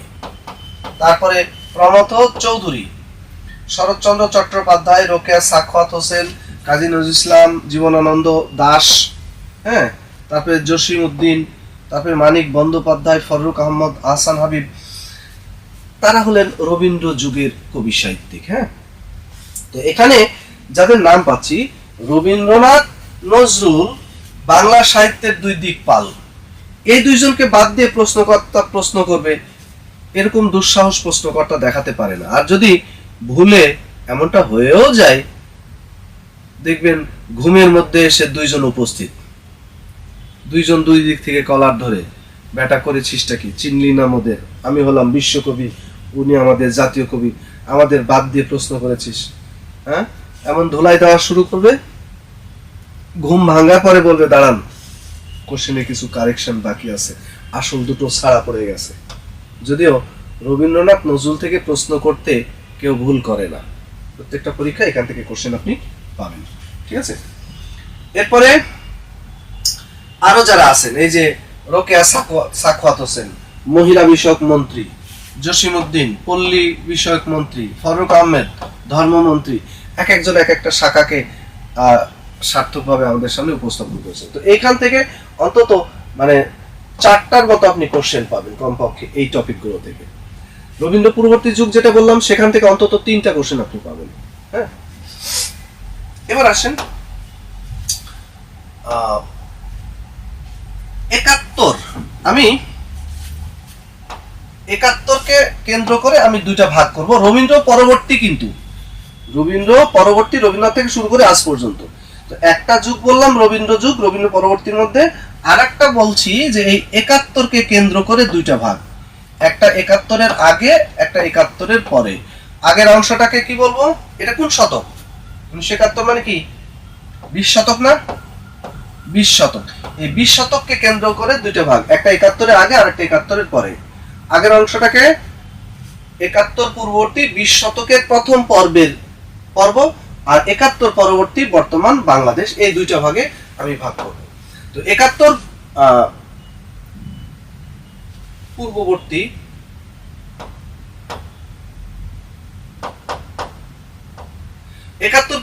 অর্থাৎ রবীন্দ্রনাথের পর থেকে 1941 থেকে 71 পর্যন্ত যে সময়টা, এই সময় যারা উল্লেখযোগ্য কবি সাহিত্যিক ছিলেন তাদের নামটা আমি একটু আপনাদের, মানে অনেকেই আছেন, আমি এখান থেকে বাছাই করেছি আপনাদের জন্য, হ্যাঁ, যারা মোস্ট ইম্পর্টেন্ট আমাদের জন্য।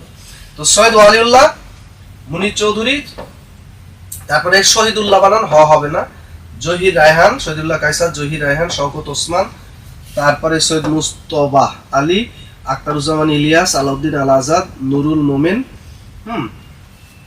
এই হলেন 71 পূর্ববর্তী উল্লেখযোগ্য কবি সাহিত্যিক। তাদের থেকে যে সমস্ত লেখালেখি আছে আমরা সেগুলো সম্পর্কে জানবো। এক একটা ক্লাসে সাহিত্যিকদের সাহিত্যকর্ম নিয়ে কোন ধরনের সাহিত্যকর্ম আছে সেগুলো পড়তে হবে, সেগুলো সম্পর্কে আমরা বিস্তারিত আলোচনা করব।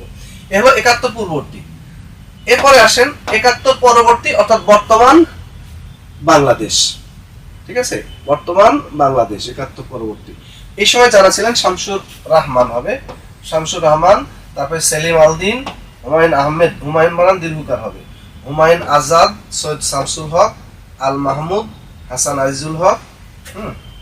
তারপরে আরো আছে না? আচ্ছা, এই মোটামুটি উল্লেখযোগ্য কবি সাহিত্যিক 71 পরবর্তী। জীবিত দু একজন আছে, তাদের সম্পর্কে আসার সম্ভাবনা কম, তারপরে একটু দু একজনের নাম লিখে রাখেন, যেমন সেলিনা হোসেন, হাঙ্গর নদী গ্রেনেড যিনি লিখেছেন, সেলিনা হোসেন। ঠিক আছে, সেলিনা হোসেন সম্পর্কে। তারপরে রাবেয়া খাতুন,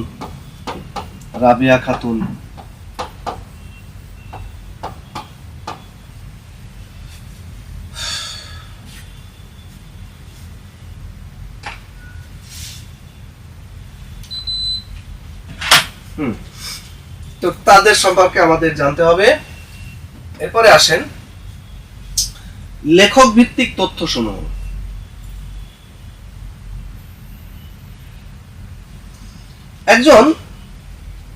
একজন লেখক থেকে কোন টাইপের কোশ্চেন গুলো আসতে পারে,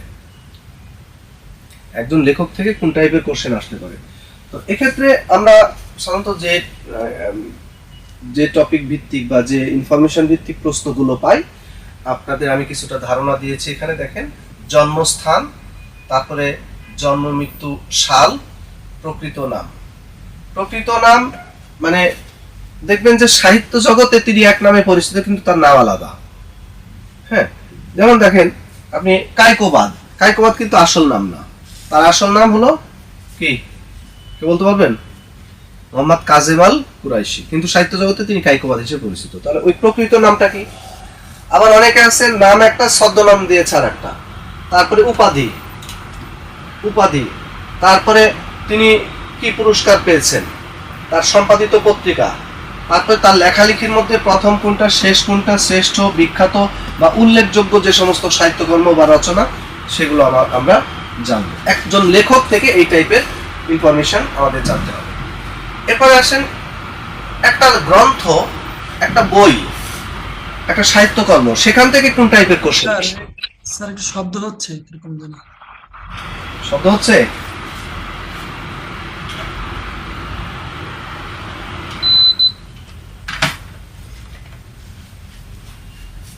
একটা গ্রন্থ দিল, যেমন মনে করেন কি দিল, একটা উল্লেখযোগ্য সাহিত্যকর্ম দিল, যেমন শেষের কবিতা, সাপোজ শেষের কবিতা। তো এই শেষের কবিতা থেকে কি বলছে, এটি কোন ধরনের রচনা? কোশ্চেন দিবে কি, শেষের কবিতা কোন ধরনের রচনা? নামে মনে হচ্ছে এটা একটা কাব্যগ্রন্থ, কবিতার বই, এই জন্য কনফিউশনে আপনাকে ফেলে দিচ্ছে কি, কোন ধরনের রচনা। তো আপনি যদি এটা সম্পর্কে না জানেন, তো কবিতার মধ্যেই তো ফেলে দিবেন না, কাব্যগ্রন্থ আছে, কাব্যগ্রন্থ অপশনে দাগ দিবেন না। তো এটা কি উপন্যাস, গল্প, নাটক নাকি, এই টাইপের কোশ্চেন হবে। উপন্যাস। হ্যাঁ জি, এটা উপন্যাস। উপন্যাস। তারপরে কোশ্চেন কি দিবে, যে এটা কে লিখেছেন বা রচয়িতাকে। এরপরে কি দিবে যে এটা কত সালে প্রকাশিত হয়েছে।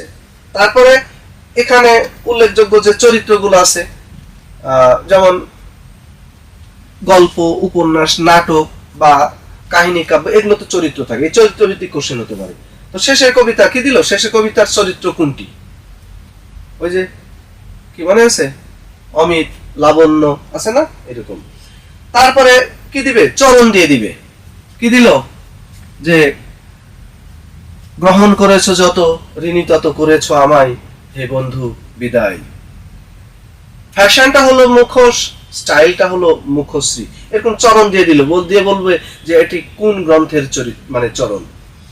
তারপরে নামের সাদৃশ্য, নামের সাদৃশ্য মানে একই টাইপের নাম আমরা দেখতে পাই, যেমন সঞ্চয়িতা, সঞ্চিতা, সঞ্চয়ন, সঞ্চয়, হ্যাঁ, এরকম নামের যে মিল আছে, এই মিল থেকে সাধারণত কোশ্চেন হবে।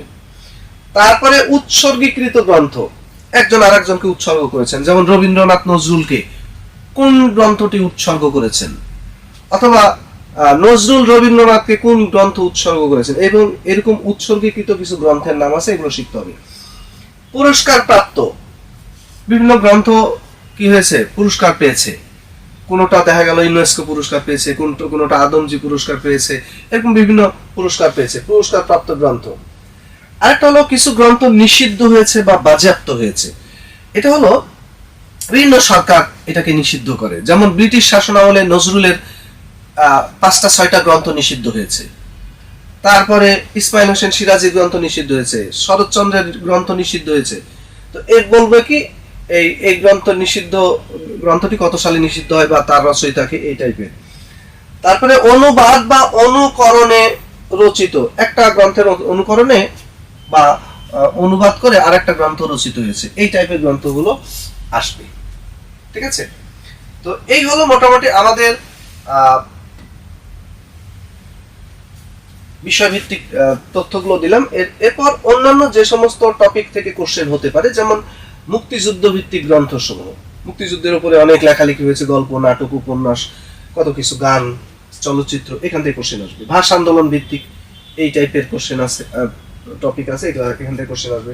তারপরে বাংলা গান, বাংলা গান, বাংলা চলচ্চিত্রের গান না, আমাদের আমাদের দেশাত্মবোধক গান, পল্লীগীতি, তারপরে নজরুল সঙ্গীত, রবীন্দ্রসঙ্গীত, তারপরে হলো আধুনিক কিছু গান আছে, দেশের গান, তারপরে মুক্তিযুদ্ধের উপরে গান, নানা ধরনের গানগুলো আছে, এখান থেকে কোশ্চেন আসে।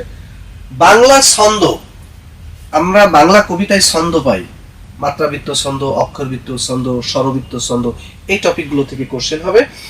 এই ছন্দ সম্পর্কে আমাদের ধারণা ক্লিয়ার করতে হবে। তারপরে জুলাই অভ্যুত্থান ভিত্তিক রচনা, জুলাইকে কেন্দ্র করে যে সমস্ত কবিতা রচিত হয়েছে বা যে সমস্ত গান রচিত হয়েছে, যে গানগুলো যারা এই এই জুলাই অভ্যুত্থানে সম্মুখ সমরে ছিলেন, যে গানগুলো শুনে তারা উদ্দীপ্ত হতেন, এই গানগুলো, কবিতাগুলো আমাদের জানতে হবে। আরেকটা বিষয় একটু মাথায় রাখবেন, সেটা হলো সাহিত্য রিলেটেড কিছু টার্ম আছে, সাহিত্য সম্পর্কিত কিছু টার্ম বলতে পারবেন কোনগুলো কথা বলছি আমি? সাহিত্যের ইংরেজি যে সমস্ত টার্ম আছে, যেমন এপিক, তারপরে স্যাটায়ার, আছে না, এইখান থেকে কোশ্চেন আসে, এগুলো একটু আপনাদের জানতে হবে। তো মোটামুটি আমি আপনাদের সাহিত্য এবং ব্যাকরণের উপরে ওভারঅল একটা ধারণা দেওয়ার চেষ্টা করলাম। এখন দেখেন, আমি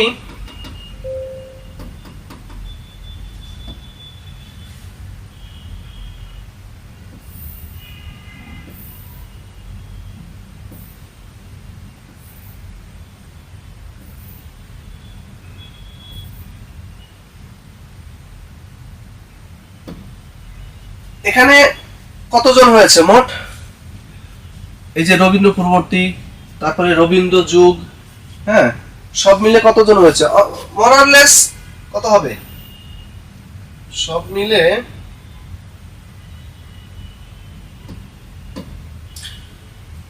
মিলে হয়তো আমরা মানে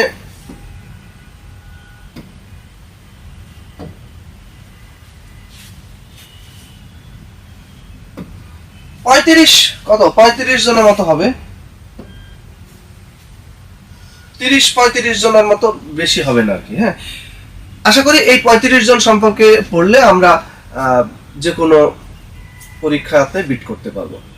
সেটা শুধু বিসিএস না, অন্যান্য পরীক্ষাগুলোতেও আপনি এর মধ্যে থেকেই কোশ্চেন পাবেন। এখন আমি যদি 35 জন, হ্যাঁ আপনাদের যদি আমি 35 জনের তালিকা দিয়ে থাকি, 35 জনের তালিকা দিয়ে থাকি, কবি সাহিত্যিক বলেছিলাম কতজন, কতজন বলেছিলাম 200 জন। 200 জন থেকে 35 বাদ দিলে 65, 165 জন বাদ থাকে। এখন এই 165 জনের ব্যাপারে আমাদের কি সিদ্ধান্ত, কি করব বলেন? এই 165 জনকে কি করব বলেন? হ্যাঁ, বাদ দিবেন? না, বাদ দেওয়ার সুযোগ নাই।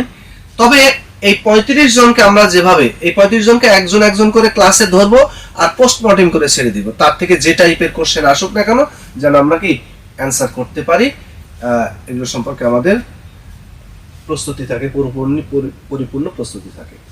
বাকি 165 জন কবি সাহিত্যিক, 165 জন যে কবি সাহিত্যিক, 165 জন কবি সাহিত্যিকের তারাও কিন্তু ওই 35 জনের অনেকের চেয়ে অনেক গুরুত্বপূর্ণ, কিন্তু সব লেখালেখির জন্য না।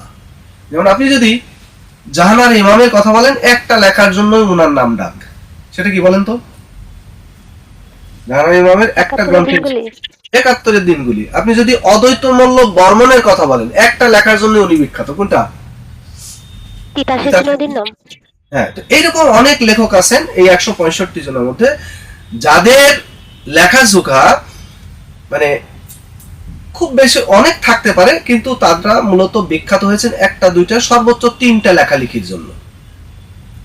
তো এই 165 জন থেকে, 165 জন থেকে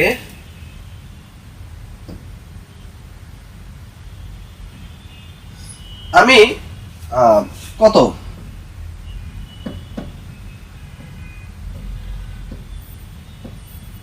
165 জন থেকে আমি যদি 3টা করে ধরি, একজন লেখকের 3টা করে যদি সাহিত্যকর্ম ধরি,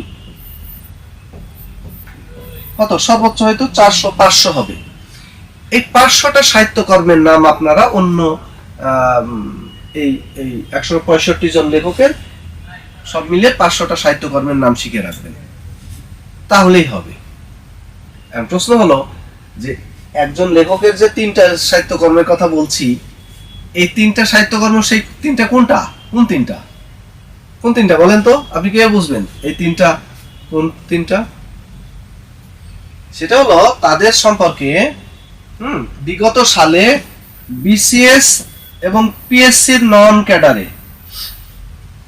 বিসিএস এবং পিএসসি নন ক্যাডারে, এবং এর সাথে যদি আমি আরো অ্যাড করি, সেটা হলো প্রাইমারি, নিবন্ধন, তারপরে ব্যাংক, তারপরে ওই যে বিভিন্ন ভার্সিটিতে অ্যাডমিশনে যে কোশ্চেনগুলো হয়েছে, জাস্ট আপনি এই কোশ্চেনগুলো একটু মানে সলভ করে রাখবেন। বাকি যে 165 জন লেখক, মানে আমি যে তালিকা দিয়েছি তার বাইরে যারা আছে, তাদের থেকে বিগত সালের কোশ্চেনগুলো শুধু আপনি সলভ করবেন, দ্যাটস এনাফ। কারণ আমি যে তালিকাটা দিয়েছি, এই তালিকা থেকেই বিগত সালে বিভিন্ন পরীক্ষায় কোশ্চেন এসেছে। 15টা তো আধুনিক যুগ থেকে হবে, 15টার মধ্যে অন্তত 12টা কোশ্চেন এখান থেকে এসেছে। তাহলে বাকি 3টা কোশ্চেনের জন্য কি আপনাকে এই 165 জন লেখকের সম্পর্কে এত বিস্তারিত আলোচনা করতে হবে, পড়তে হবে? বরং ওই সময়টা আপনি অন্য সাবজেক্টে অন্য কোনো টপিকে দেন, তাতে আপনি বেশি বেনিফিটেড হবেন। কথা কি পরিষ্কার হয়েছে? হ্যাঁ, তো আমাদের আমাদের টার্গেট হলো 35 জন, টার্গেট হলো 35 জন। তার মধ্যে এই 35 জনকে তো আমরা ক্লাসেই পড়বো, আর এর বাইরে যে 165 জন, তাদের থেকে আপনারা কি করবেন, বিগত সালের যে কোশ্চেনগুলো, এই কোশ্চেনগুলো সলভ করে ফেলবেন। আর এরপরেও যদি 2-1টা মিসিং হয়, তাহলে মাফ করে দেন। এই 165 জনের জন্য মানে 165 থেকে 3টা কোশ্চেনের জন্য এত বিস্তারিত পড়ার কোনো দরকার নেই। কথা কি পরিষ্কার হয়েছে? বলেন এবার আপনাদের কারো কোনো কোশ্চেন থাকলে বলেন, মোটামুটি ধারণা পরিষ্কার হয়েছে কিনা আপনাদের বলেন।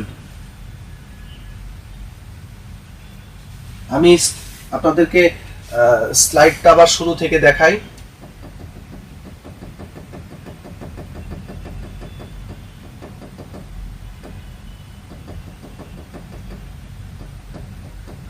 আচ্ছা, তাহলে আমরা কি দেখলাম?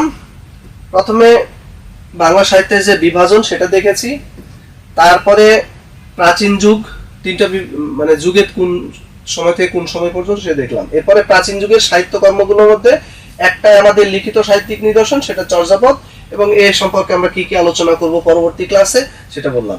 আর অলিখিত যে সমস্ত সাহিত্য কর্ম, এটা একটু মাথায় রাখবেন, ঠিক আছে? এরপরে আসেন মধ্যযুগ। মধ্যযুগের এই যে 150 মানে টোটাল কত বছর? 600 বছর, তাই তো? তো 600 বছরের মধ্যে প্রথম 150 বছর, এই 150 বছরের সময়কে অন্ধকার যুগ বলা হয়েছে। এবং এই অন্ধকার যুগের মধ্যে যে সাহিত্যিক নিদর্শনগুলো আমরা পেয়েছি, এই তিনটা, এগুলো সম্পর্কে আমাদের পরবর্তীতে আলোচনা করব। আচ্ছা, অন্ধকার যুগ ছাড়া বাকি যে সাহিত্যকর্ম আমরা কি কি পেলাম? দেখেন, একটা হলো শ্রীকৃষ্ণ কীর্তন কাব্য পেয়েছি, তারপরে বৈষ্ণব সাহিত্য পেয়েছি, তারপরে মঙ্গল কাব্য পেয়েছি, তারপরে অনুবাদ কাব্য পেয়েছি, তারপরে লোক সাহিত্য পেয়েছি, নাচ সাহিত্য পেয়েছি, মর্সিয়া সাহিত্য পেয়েছি, তারপরে কি কবি গান এবং পুঁথি সাহিত্য। এই পর্যন্ত হলো আমাদের মধ্যযুগের টপিক।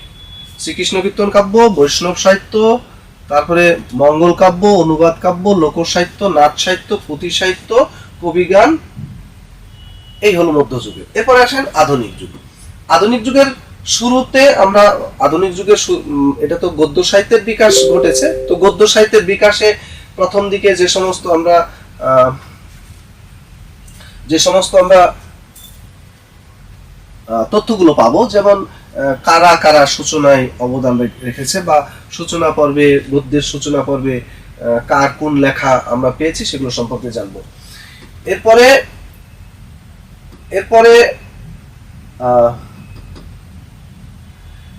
এই যে গদ্য সাহিত্যের যে বিকাশ ঘটলো, এই বিকাশের ক্ষেত্রে যে প্রতিষ্ঠানগুলো আছে, সেই প্রতিষ্ঠানগুলো সম্পর্কে আমরা জানবো। এরপরে আধুনিক যুগটাকে আমরা ভাগ করলাম রবীন্দ্রনাথকে কেন্দ্র করে। রবীন্দ্রনাথের আগে এটা হলো রবীন্দ্র পূর্ববর্তী যুগ, আর পরেরটাকে বলবো রবীন্দ্রোত্তর বা রবীন্দ্র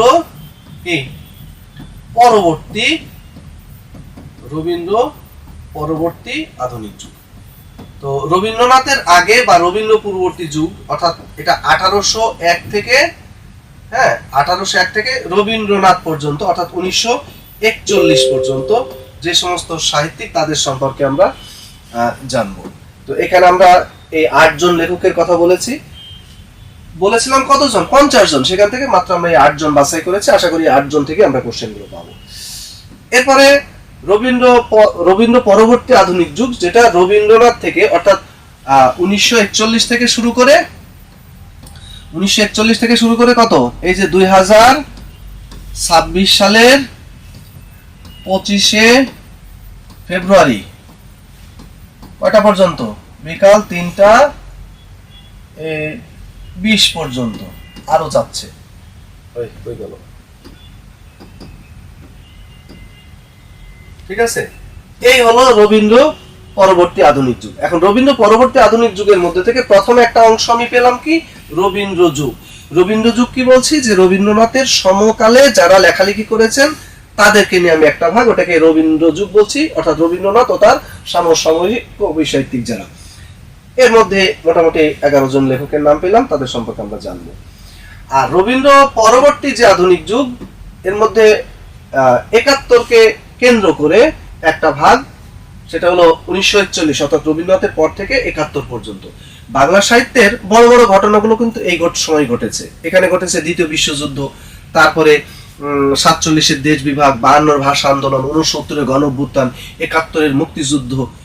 এগুলো শুধু ঘটনা হয়ে থাকেনি, সাহিত্যকর্ম রচনার জন্য অনেক গুরুত্বপূর্ণ উপাদান হিসেবে কাজ করেছে।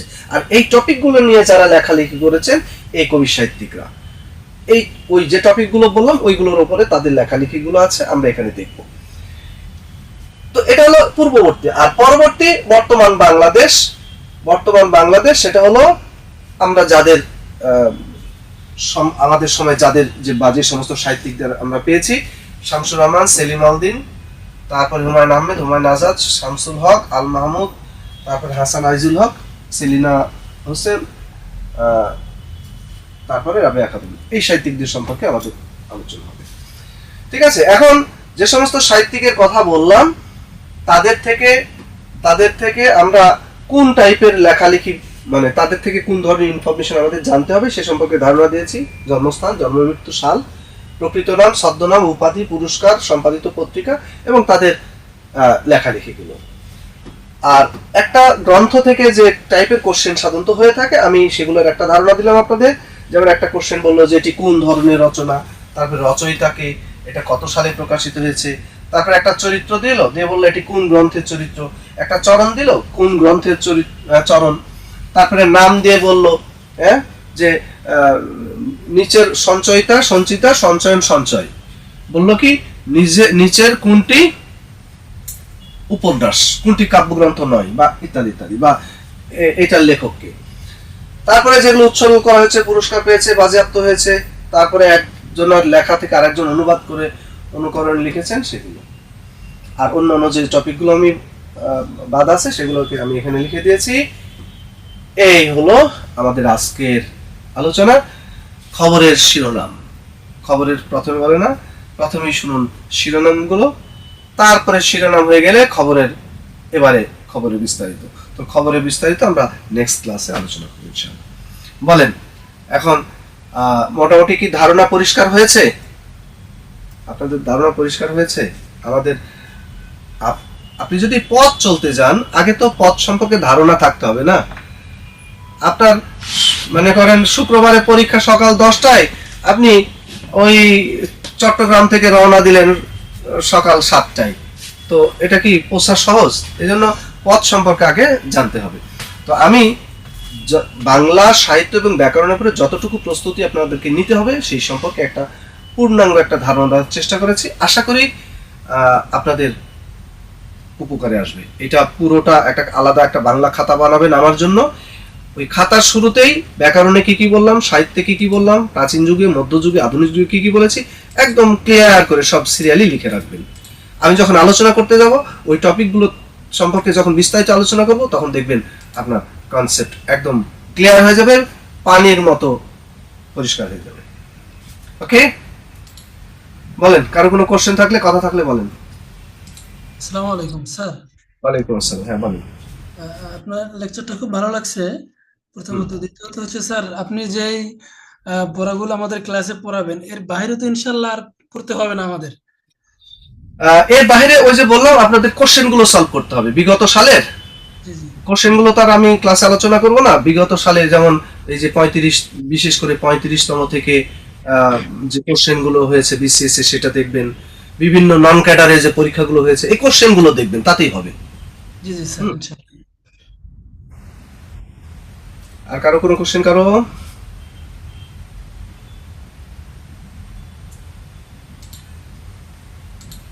কি আজকে এগুলো নিয়ে বাসায় নিয়ে লিখবেন, এই প্রত্যেকটা স্লাইড বের করে করে এগুলো লিখবেন, তাতে আমাদের পরবর্তী ক্লাস অনেকটা সময়ও আমরা সেভ করতে পারবো। যেটা লিখে দিয়েছি সেটা আবার নতুন করে লেখার প্রয়োজন হবে না, আপনাদের লেখা থাকবে। ঠিক আছে, তাহলে কি আজকে রাখবো? জি স্যার, রাখা যেতে পারে। ওকে, তো সবাই ভালো থাকবেন, সুস্থ থাকবেন। নেক্সট ক্লাসে ইনশাল্লাহ দেখা হবে। সেই পর্যন্ত আল্লাহ হাফিজ, আসসালামু আলাইকুম।